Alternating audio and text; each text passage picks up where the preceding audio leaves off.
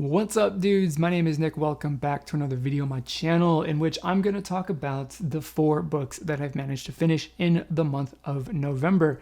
Now, I didn't get the opportunity to read as much as I normally would have or as much as I would have liked because I personally work in retail as like my career, and working in a grocery store specifically in the month of November means you have to deal with Thanksgiving shopping. So for a good week and a half, at the very least 10 days or so, my reading progress was kind of halted because I was working some weird funky schedule where, I was working like mid shifts and stuff like that. So I didn't get to make as much progress as I would have, especially compared to the previous month where I actually put in a lot of really good solid reading and managed to finish 6 books. But for the lack of quantity and the lack of time spent, I actually read some really fantastic books. So with that being said, I'm going to get into the 4 books that I finished for the month of November. We're going to kick it off with the very first book that I finished, which is called A Memory Called Empire by Arkady Martine. And just basically have to say that what is amazing and fantastic about this book that I thought was awesome is just the world building, the writing and the description of the people and the universe and the culture and all that kind of stuff that happens in this book is stupendous. It's very good. I really, really enjoyed it. So basically where this is set in, this is a sort of science fiction space. I wouldn't say a space opera, but it's set in a, in a future where civilization is spread across the universe on different planets and stuff like that. And this one takes place on the capital city and capital planet of the empire called Texkalan. I think that's how you would say it. I'm not specifically sure, but happens there. And we have an ambassador who is our main character, who is sent from a sort of outside civilization that is not necessarily incorporated into the empire of Texkalan as like full citizens. They kind of have like some sort of working relationship to them. So she goes to the capital to replace the previous ambassador who has mysteriously died. And the unique quirk to these people and this ambassador is that her sort of civilization of humans, or race of humans or whatever, they actually have like brain stem implants where they can carry on the memories of of people who held these implants and stuff like that previously. So in this instance, normally the ambassadors would go and they would download the previous memories and stuff like that of the ambassador who preceded them. Unfortunately, the ambassador who died last updated his memories and stuff like that they were storing. 10 years passed. So she's going to the capital of Texkalan with memories that are 10 years out of date. And we basically follow her as she figures out exactly how to navigate the politics of the empire and figure out exactly what the guy was involved in before, she showed up. Because she doesn't know anything really, except for I think he'd spent 5 years or so as ambassador when the most recent sort of, backup of his memories occurred. And so we start where she shows up on this planet. She doesn't know anything. She doesn't know why the guy died, or if he just died of natural causes or was murdered or anything like that. And we just follow as she learns and things unfold. And basically this story is I guess categorized as some kind of political drama. And it is fantastic. It's full of like some sort of political intrigue, a lot of mystery, a lot of, snooping around and sneaking and spying, and maybe a little bit of, assassinations and attempted assassinations and murder and stuff like that.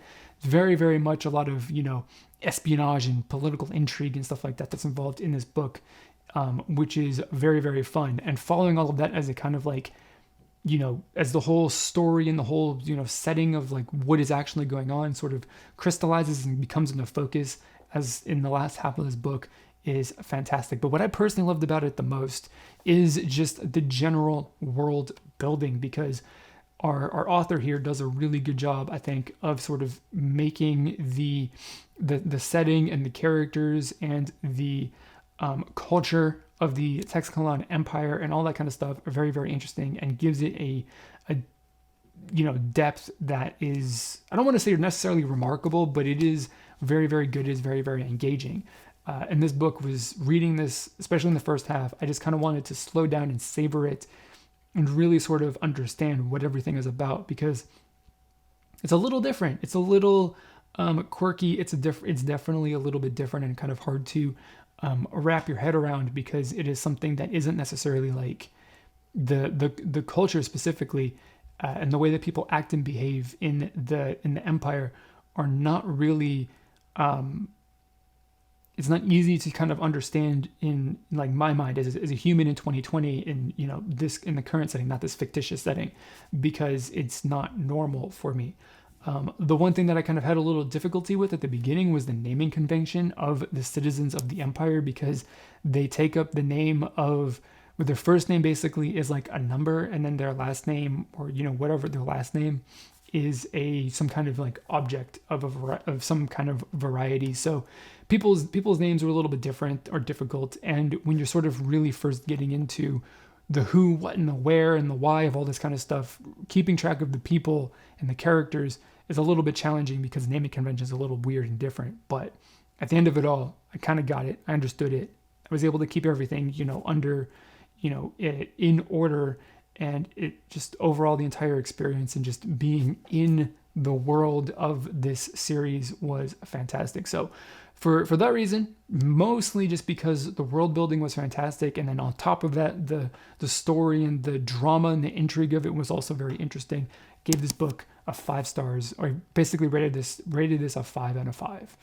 Moving on to the second book, I intended and I wanted to select something that was going to be a little bit less of a challenge, a little bit less, meaty and hefty to read, because previous to finishing A Memory Called Empire, I finished a book called Annihilation by Jeff Vandermeer, which was something that was very, there was a lot to wrap my head around in that book. And then with the depth and breadth, I suppose, of A Memory Called Empire, I was just kind of burnt out. I was taxed. I needed to just take a break and read something that's a little bit, lighter. And so because I just was pretty intrigued by it, and from my previous experience with a book club with a friend, I read the first book in the series. I just went with something that I thought was going to be a little bit less, or actually say maybe not a little bit, but much more less taxing on my brain to read than the previous 2 books. And so for that reason, I moved on to The Queen of Attolia by Whalen Turner, which, if you've read this book, then you probably could potentially understand that this is not really, in one aspect, it's a little bit easier to read because it's a young adult book. It's kind of, meant for people that are below my, age and reading level. But the story aspect of this is definitely not necessarily easy and simple and straightforward to follow. So all in all, not quite the easy book that I was looking to find a kind of read, but definitely good, and I'm definitely glad that I picked it up. So a little bit of backstory is that I read the first book, The Queen's Thief, with a friend earlier in the year. And that book I personally just was not a very big fan of. If I wasn't reading it for a friend, I probably would have DNF'd it. I probably would have just stopped reading it halfway through, because it was not very interesting to me, and the writing of it was just too basic for me to actually get any kind of enjoyment or a lot of enjoyment out of. But I finished it, and the ending was great and definitely well worth working through the first 2/3 of that book or something like that to actually get to the ending, because the ending was really, really good. And after finishing that, I was like, okay, so this series is actually going to be good if we can get to something that's going to be, where the writing is going to be maybe a little higher level for me, a little bit more challenging for me to read, and we can kind of continue the intrigue and the awesomeness from the ending into the rest of the series.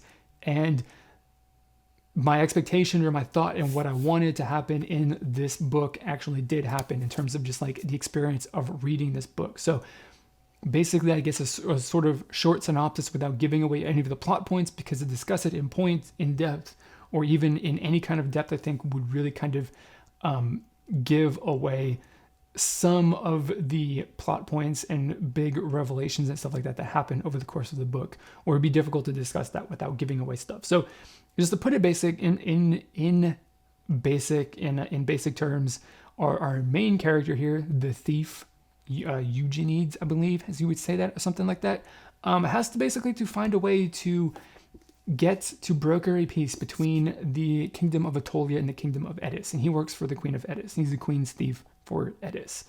And the way that basically happens is, and just the sort of the steps that we get to that point reveal a lot of stuff that is really crazy and really wild and totally cool, totally awesome, and I love it.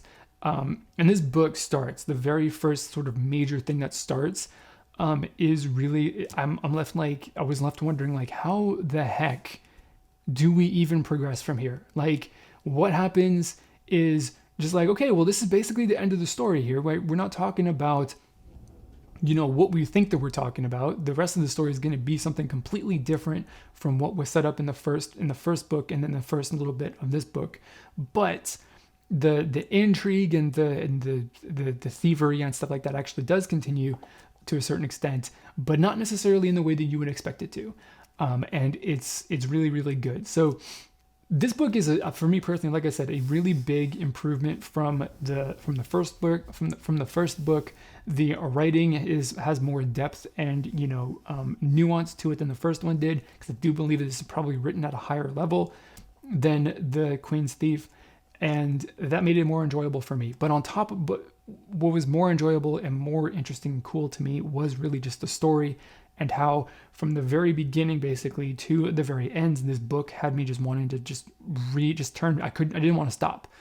The only reason why I basically stopped myself from reading this book every day was because it was my bedtime. And I tried to read a couple hours before bed just because, to get myself out from in front of the computer. And so I was reading this book before bed. I didn't want to finish it because I was just like, okay, so then this happened. Now what is going to happen next, right? How is this going to turn out? How is this going to play out? Because the story and the plot twists and stuff like this were just fantastic and amazing. And at the end of the day, when this whole book was finished, I was just left like, I was looking around for, not literally, but as like an alliteration, I suppose, or something like that. I was looking around for the next book to come up in this series, because the conclusion of this book left me wanting to know, like, okay, well now that all of this has happened, what's going to happen next in the story? And that's fantastic. So this isn't necessarily a book that was sort of, the world and all that stuff was captivating and interesting to me, although it definitely is more complex than the first book had me believe. And I'm very, very excited and very interested to get into the third book of this series, because I mean, at this point I'm hooked, to be honest. And I personally gave this a 4 out of 5, although I suppose this easily could have been a 5 out of 5. But I just gave it a 4 because I did. Sorry if you think it's a 5, but 4/5 out of 5, it will be my final rating.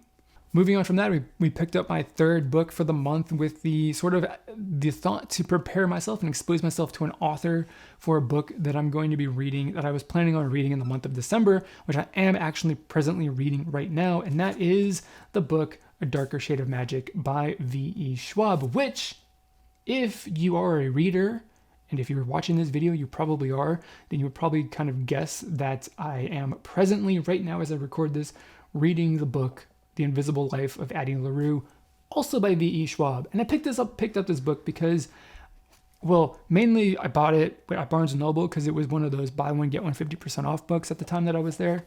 So I picked it up because I was interested in this and, V.E. Schwab and all that. And I wanted to read some V.E. Schwab before I got into The Invisible Life of Addie LaRue. And this book is awesome. And I think that V.E. Schwab is a stunning writer. She's really good. I really enjoyed it. But there is no but, actually. I should say and. So, or something like that. Let's get into just a quick, brief little sort of description about what this book is, the setting which you can expect from it. So, first off, our main character, he is named Kel. And in this book, there is magic. Magic exists. The world and the universe uses magic.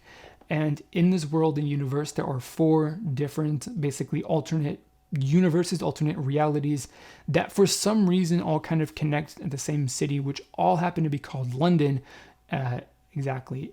Even though the rest of the world outside of London is different, and they have different names, and there's really no similarity between any of them.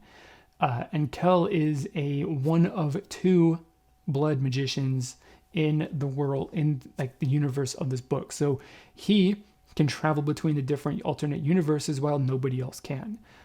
And the reason that only he can while nobody else can is because magic exists in these different sort of alternate realities to varying degrees. And all of the different Londons basically either are using it properly or they are abusing it in one way or another, and their relationship with magic is either good, which means that it's strong and magic has a strong presence in that world, or it's bad, has a weak presence in that world. Or in the case of Black London, has a completely negative and potentially even evil and nefarious presence in that world, and Black London has been segregated from the rest of the different planes of reality, I suppose you would call them, to make sure that the spread of magic from Black London does not infect or get into the other varieties, the different Londons in the different planes of the universe. And Kel, being a blood magician, and blood magic is the strongest magic in this universe, he can travel between all of them. And in this book, in this story, he's basically tasked with he ultimately has to bring something back to Black London, because obviously artifacts and magic stuff from Black London is not supposed to exist outside of Black London, so he has to bring it back. And what I really liked about this book is that, well, one, the writing is fantastic. The descriptions of the different sort of Londons are fantastic. The world building is really, really great. It's just every place has a different vibe and a different aura to it, which is cool and is conveyed very, very well and effectively and in great detail. But the most amazing and the most important thing is that the characters in this book or at least just the primary characters in this book, are very, very well done, and I personally care about them a lot. And in the sense that, like, I like them and I want them to succeed in whatever their task is. And when good stuff happens to them, I'm happy. When bad stuff happens to them and when they get hurt, I'm sad. And that is cool. So they all have like their own kind of personality. They're quirky, they're interesting, they're cool. And it's really good. And just in this particular setting, V.E. Schwab has really done a great job creating some very, very compelling characters to like sink your teeth into. And they live in a world that is also super compelling and very interesting, and has some kind of meat to it instead of just being a sort of, I don't know, skin and bones, linear kind of story and thin kind of universe. So universe has a little bit, has some depth to it, and the characters are definitely, I think the shining stars in the story. So this is fantastic. If you want some like, interdimensional magic, I guess is the way to describe this. In a fantasy setting, it's really very cool. Kel is a very awesome character, and the different kind of characters that, he kind of, his primary relations, as I guess, his social interactions and stuff like that in this book is like the primary people he has relationships with, in whatever form they are also very cool, and they have some kind of, depth and are very interesting, and just all in all, man, I love it. And I actually went out and I picked up the second book in the series because, like, this is amazing. This is really good. And obviously I want to finish or continue on with the series and, read what it is about and just find out what happens next. And at the end of the day, when I was finished with this book, I was obviously, like I said, left wanting more. So I went out and bought the book, and I ended up giving this book a 5 out of 5. The final book that I read this past month is probably one of the most hyped releases that I have got in my ownership on my bookshelf and my, TBR pile and stuff like that. And that is The Devil and the Dark Water by Stuart Turton. I picked this one up because I personally really like Stuart Turton from reading 7.5 Deaths of Evelyn Hardcastle.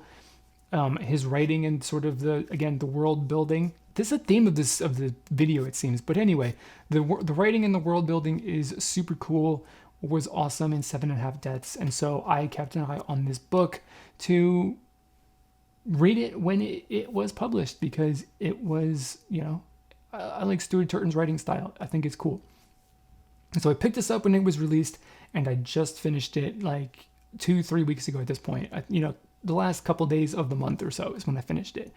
And I guess the basic premise of this book is that our main character, I guess you can say Samuel Pepys, is being transported back to Amsterdam on a ship. This book is set in the 1600s too, so it's a big, Indiaman sailing ship, back, like Pirates of the Caribbean, like that kind of thing, like you would think of. And so he's imprisoned. He's basically locked away, and the ship that he is imprisoned on, to a certain extent, he is imprisoned, is sort of cursed.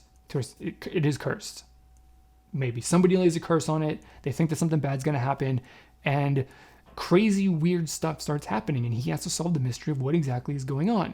Obviously, the only catch is that he's imprisoned. He's locked up. He cannot leave the cell in which he's imprisoned in. So how do you solve a mystery when you can't actually, leave your jail cell? So that comes into the two other characters, or actual primary characters that we follow, who one is his assistant, and the second is the noble person's wife, who is traveling back to Amsterdam as a passenger on this ship. So the two of them work together to solve this mystery on this ship about, what is going on. If it's, an actual curse, like a devil or a demon or something like that, is actually haunting and dooming the ship to basically the voyage to disaster, or if there's somebody on this ship who is doing some, crazy, sneaky shenanigans, killing people, trying to spook people, and just sort of basically sabotage the voyage so that, they don't arrive in Amsterdam for whatever the motivation and the reason is. And this book is cool. I really enjoyed this, again, for the same reason that I like 7.5 Deaths of Evelyn Hardcastle, because the writing that Stuart Turton puts in this book is, I think, very good as far as sort of creating an environment that is engaging and interesting and very kind of atmospheric. So this being kind of set on a ship in the 1600s out in the middle of sea, the description of like the crew and the sailors and the passengers and all that kind of stuff, and the different people, sorts of personas and characters, and the description of just the physical setting of the ship, and the quarters and the rooms and the decks and the all the other physical things that happen in the book are very cool. I like that. He did a really good job in 7.5 Deaths of sort of creating the atmosphere of the setting of that book being some kind of like faded, I suppose, wealth, or deteriorating wealth of like an ancient, like old manor or mansion. And so this book was kind of, you get a little bit of grit, you get a little bit of grime, because, it's sailing in the 1600s is not something that's glamorous. It's not, necessarily upscale. And even the people who are royalty and supposed to be, wealthy and high class in this book, there's definitely, some kind of squalor associated with that, because, that kind of comes into their experiences on the ship, because you can't necessarily escape that no matter, how well off and how high up you are in society. And so kind of following all of the crazy things that happen that cause concern and the mystery that surrounds all of this is very, very fun. I thought it was very cool and very fun, sort of the dynamics and stuff like that of, obviously sailors are very superstitious. And so when creepy, weird things start happening, then that's a bad thing if they start believing that. So the sort of political maneuvering and stuff like that of the crew, and the investigation into like what exactly is going on, and like what can be spread and discussed openly, and what needs to be kind of discussed and secretly needs to be repressed and stuff like that, was very interesting, and very cool. So this book is kind of it's a little bit of a mixture between like a murder mystery thriller, because you're kind of trying to figure out something like along those lines, and also a paranormal, supernatural horror story kind of, which is a very cool sort of meshing of genres, I suppose, because it's a horror in the sense that there's something that's haunting the ship that's going to destroy it, and it's a mystery thriller because you're trying to find out exactly what is causing the haunting of the ship, which is very neat. My only criticism of this book which is similar to my criticism of 7.5 Deaths, is that the conclusion and basically the foundation of what everything is, that causes all of this stuff to happen, is personally not that good. I don't think that the conclusion of it is very satisfying, and it doesn't necessarily lay a very good and convincing foundation for why everything happened in this book.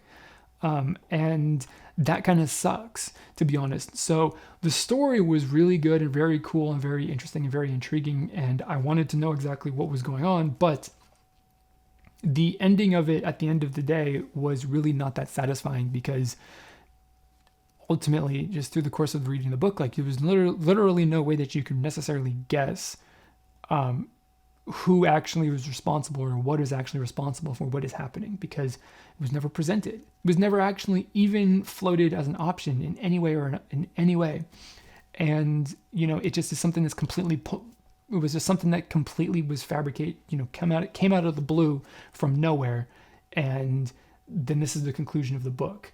So, that's not necessarily a negative. It's not a huge negative thing. It's not something that I think ruined the experience of reading this book for the majority of it, but just the ending was not particularly satisfying in the same way that I think that the ending of 7.5 Deaths was not necessarily satisfying. So for the reading experience and all of that, minus the ending being pretty poor and not very satisfactory, I gave this book a 3 out of 5. There you go, folks. Hopefully, I don't even know how long this video is going to be, but hopefully it's not going to be 1 billion hours long.